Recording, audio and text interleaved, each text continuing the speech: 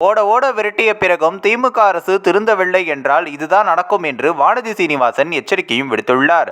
பாஜக தேசிய மகளிர் அணி தலைவி வானதி சீனிவாசன் நாடாளுமன்ற குளிர்கால கூட்டத்தொடர் குறித்து முதலமைச்சர் மு.க.ஸ்டாலினை கடுமையாக விமர்சித்துள்ளார். இது தொடர்பாக பாஜக தேசிய மகளிர் அணி தலைவரும் கோவை தெற்கு தொகுதி எம்எல்ஏவுமான வானதி சீனிவாசன் அறிக்கையில், கடந்த நவம்பர் 15ஆம் தேதி தொடங்கிய நாடாளுமன்ற குளிர்கால கூட்டத்தொடர் டிசம்பர் 20ஆம் தேதி நிறைவுற்றது. அதையடுத்து முதலமைச்சர் மு.க.ஸ்டாலின் வெளியிட்டுள்ள அறிக்கையில், அவையை நடத்த விரும்புவதை விட அவையை முடக்க வேண்டும், அரசின் தோல்விகள் குறித்து எந்த விவாதமும் நடைபெற்றுவிடக் கூடாது என்பதையே மனதில் வைத்து பாஜக எம்பிகள் செயல்பட்டதை நாம் காண முடிந்தது. ஆக்கப்பூர்வமான விவாதம் செய்வதற்கு அனைவரும் ஒத்துழைக்க வேண்டும் என்பது நாடாளுமன்றத்தை பொறுத்தமட்டில் அரிதான நிகழ்வாக பாஜக ஆட்சியில் மாறிவிட்டதை எண்ணி ஒரு மிகப்பெரிய ஜனநாயக இயக்கமாம் திமுக கவலை கொள்கிறது என்றும் கூறியுள்ளார்.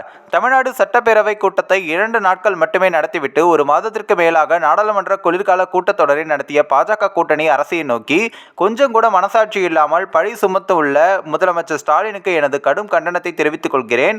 நாடாளுமன்றத்தின் இரு அவைகளும் தொடங்கிய நாள் முதல் பெரும்பாலான நாட்கள் செயல்படாமல் போனதற்கு பாஜக காரணமல்ல என்பதும் அவை நடவடிக்கைகளை நேரலையாக பார்த்த அனைவரும் அறிவார்கள். ஹரியானா, மகாராஷ்டிரா சட்டப்பேரவை தேர்தல்களில் இண்டி கூட்டணியை மக்கள் ஓட ஓட விரட்டிய பிறகும் பாடம் கற்பாமல் திட்டமிட்டு நாடாளுமன்றத்தை காங்கிரஸ், திமுக உள்ளிட்ட இண்டி கூட்டணி கட்சிகள் முடக்கின.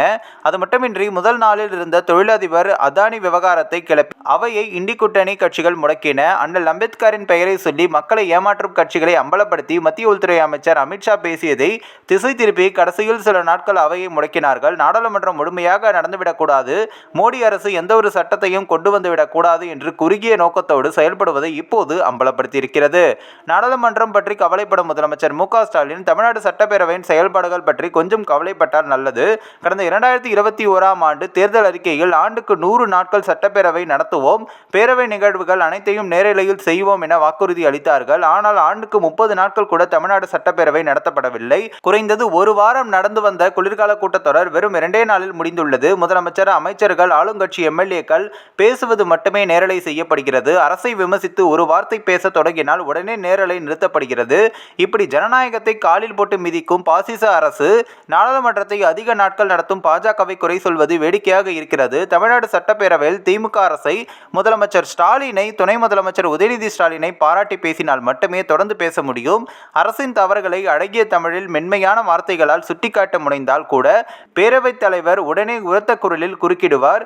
ஒலிவாங்கி இணைப்பு துண்டிக்கப்படும். இதுதான் திமுக ஜனநாயகத்தை காக்கும் லட்சணம் என்றும், தொகுதி பிரச்சனைகளை பேச முற்பட்டால் கூட எழுதி கொடுத்து விடுங்கள், நன்றி சொல்லி முடிங்க என கூறி மக்களால் தேர்ந்தெடுக்கப்பட்ட சட்டப்பேரவை உறுப்பினர்களை உரிமையை பறிக்கின்றனர் பேரவைத் தலைவர். தமிழ்நாடு சட்டப்பேரவை எப்படி நடக்கிறது என்பதை திமுகவின் கூட்டணி கட்சியான தமிழக வாழ்வுரிமை கட்சியின் தலைவரும் திமுகவின் உதயசூரியன் சின்னத்தில் வென்று திமுக உறுப்பினராக சட்டப்பேரவையில் இருக்கும் வேல்முருகனிடம் கேட்டால் சரியாக சொல்வார். சட்டப்பேரவையில் தன்னை பேச விடுவதில்லை, பேச எழுந்தால் அமைச்சர்கள் கிண்டடிக்கிறார்கள் என ஆளுங்கட்சி எம்எல்ஏவே பகிரங்கமாக ஊடகங்களில் பேட்டி அளிக்கிறார். அது மட்டுமின்றி அந்த அளவுக்கு ஜனநாயகத்தை புறந்தள்ளி தந்தை கருணாநிதி, மகன் மு.க.ஸ்டாலின், பேரன் உதயநிதி ஸ்டாலின் புகழ்பாடும் மன்றமாக தமிழ்நாடு சட்டமன்றத்தை மாற்றியவர்கள். ஜனநாயகத்தை மதித்து அனைத்து தரப்பினரையும் வாய்ப்பளித்து நாடாளுமன்றத்தை நடத்தும் பாஜகவை குறை சொல்வதை மக்கள் ஏற்க மாட்டார்கள். முதலமைச்சர் மு.க.ஸ்டாலின் வார்த்தைகளிலே சொல்கிறேன், இனியும் திமுக அரசு திருந்தவில்லை என்றால், ஜனநாயக உரிமைகளை மதித்து நடக்கவில்லை என்றால் தமிழ்நாட்டு மக்கள் உரிய நேரத்தில் மீண்டும் தக்க பதிலடி கொடுப்பார்கள் என்பது உறுதி என வானதி சீனிவாசன் கூறியுள்ளார். இந்த ஒரு வீடியோ குறித்து உங்களுடைய கருத்துக்களை நீங்க மறக்காம கமெண்ட்ஸ்ல சொல்லுங்க. நம்ம ஏஷியாநெட் நியூஸ் தமிழையும் தொடர்ந்து ஃபாலோ பண்ணுங்க.